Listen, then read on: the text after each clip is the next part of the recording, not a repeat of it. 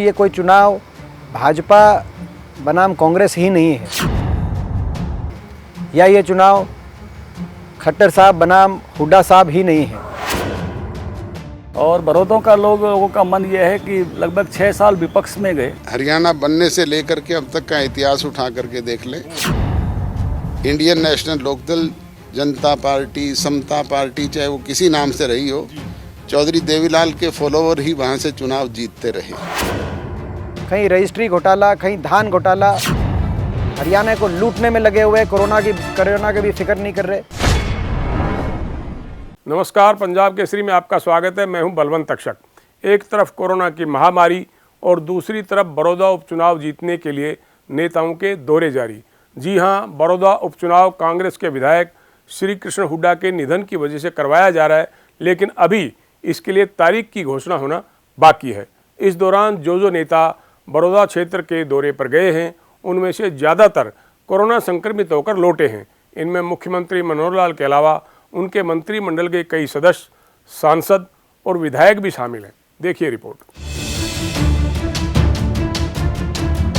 उपचुनाव जीतने के लिए जहां सत्तारूढ़ भाजपा जजपा गठबंधन ने अभी से जी तोड़ कोशिशें शुरू कर दी है, वहीं कांग्रेस भी अपनी सीट को लेकर बरकरार रखने के लिए जोर लगा रही है। इनेलो नेता अभय सिंह चौटाला बड़ौदा में चुनावी लड़ाई को तिकोना बनाने के प्रयासों में जुटे हैं। सभी पार्टियों के वरिष्ठ नेता बड़ौदा क्षेत्र का दौरा कर चुके हैं, जबकि उपचुनाव के लिए तारीख की अभी घोषणा होना बाकी है।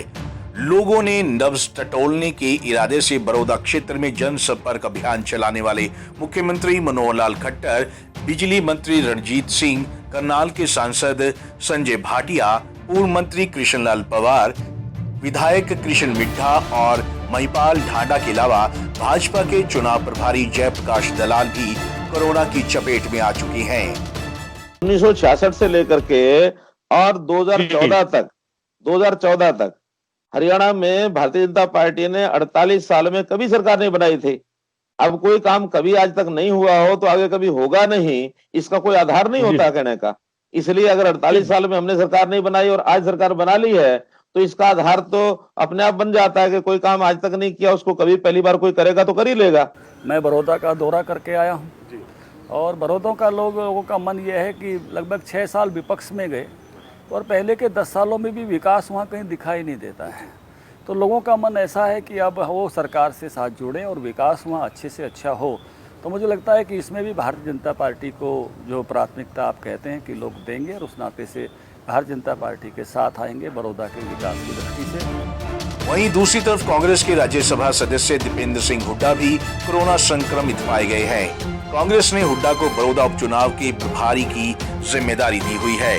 दीपेंद्र के कोरोना संक्रमित पाए जाने पर उनके पिता और विधानसभा में विपक्ष के नेता भूपेंद्र सिंह हुड्डा ने भी खुद को 14 दिन के लिए क्वारंटाइन कर लिया है। बड़ौदा को हुड्डा के प्रभाव वाला इलाका माना जाता है। पिछले 3 चुनावों से यहाँ कांग्रेस ही जीतती आ रही है।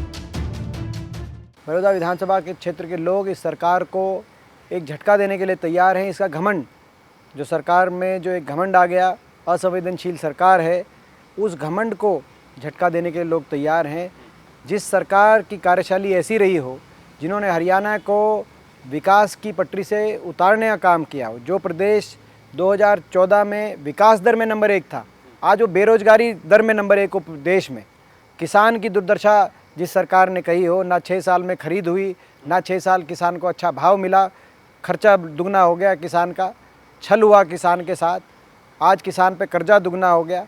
जिस सरकार ने गरीब को बुरे हाल किया हो, गरीब की सारी कल्याणकारी योजनाओं पे ग्रहण लगाओ, चाहे वो मनरेगा की योजना हो उस पे ग्रहण लग गया इस सरकार में, चाहे वो गरीब के मकान की स्कीम थी, मकान की स्कीम, इंदिरा आवास योजना, प्रियदर्शनी आवास योजना में फुल स्टॉप लग गया। 100 गज के प्लॉट की स्कीम इन्होंने इस सरकार ने बंद करने का काम किया। दाल रोटी की स्कीम बंद हो गई। लोग बहुत समझदार हैं, स्वाभिमानी लोग हैं, ना तो प्रलोभन में आने वाले, ना किसी के बहकावे में आने वाले। वो सब समझते हैं 6 साल तक कहाँ थी ये सरकार, आज जो ये आ रहे हैं और कौन सा वायदा इन्होंने पूरा किया है, इनका मैनिफेस्टो देखो कौन सा वायदा पूरा किया है, तो लोग सब समझदार हैं, उनको मालूम है। तो और ये स्वामी बड़ी अपने उसके हैं, स्वाभिमानी आदमी है, अपने स्वाभिमान से कभी समझौता नहीं करते हो। ये सीधा जो चुनाव है वो सरकार और लोगों के बीच का है। बीच में कुछ ताकतें आती हैं अपने कमजोर करने के लिए, इस बात को भी लोग समझते हैं। वहीं इनेलो के वरिष्ठ नेता अभय सिंह चौटाला का भी दावा है कि बड़ौदा में उनकी पार्टी की जीत तय है। सत्ता में भाजपा की सहयोगी जजपा उनके ज्यादा निशाने पर रहती है। अभय का कहना है कि बड़ौदा में इनेलो की जीत के बाद जजपा सिर्फ 2 विधायकों की पार्टी रह जाएगी। गिरोह कोई ज्यादा दिन तक नहीं चल सकते, लोग दुखी हैं, परेशान हैं,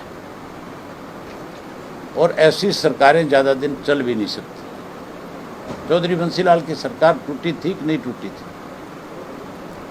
ये सरकार कैसे चलेगी? उनकी गिर सकती है तो ये भी गिरेगी। ये सरकार तो आज जो चल रही है वो केवल भूपेंद्र सिंह हुड्डा की वजह से है। भूपेंद्र सिंह हुड्डा और बीजेपी आपस में मिली हुई है। वो सरकारें चला करती है जिनका पहले से गठबंधन हो आपस में। ये तो एक स्वार्थ था। भाजपा तो सत्ता में आना चाहती थी, और जिन्होंने इनको सहयोग दिया, जो इनके साथ गए, वो भी केवल अपना स्वार्थ पूरा करना चाहते थे, वो भी दाव लगाना चाहते थे सत्ता का। पंजाब से हरियाणा के अलग होने के बाद भाजपा बड़ौदा में कभी कोई चुनाव नहीं जीत पाई है। यही वजह है कि इस बार सत्तारूढ़ भाजपा अपने सहयोगी दल जजपा के साथ मिलकर हमेशा के लिए हार का ठप्पा धो देना चाहती है। लेकिन मुश्किल यह है कि बड़ौदा में लोगों से संपर्क के लिए आने वाले नेता लोगों से शारीरिक दूरी का ध्यान नहीं रख पा रहे, और यही वजह है कि वे लगातार कोरोना की चपेट में आते जा रहे हैं। पंजाब केसरी के लिए बलवंत तक्षक, चंडीगढ़।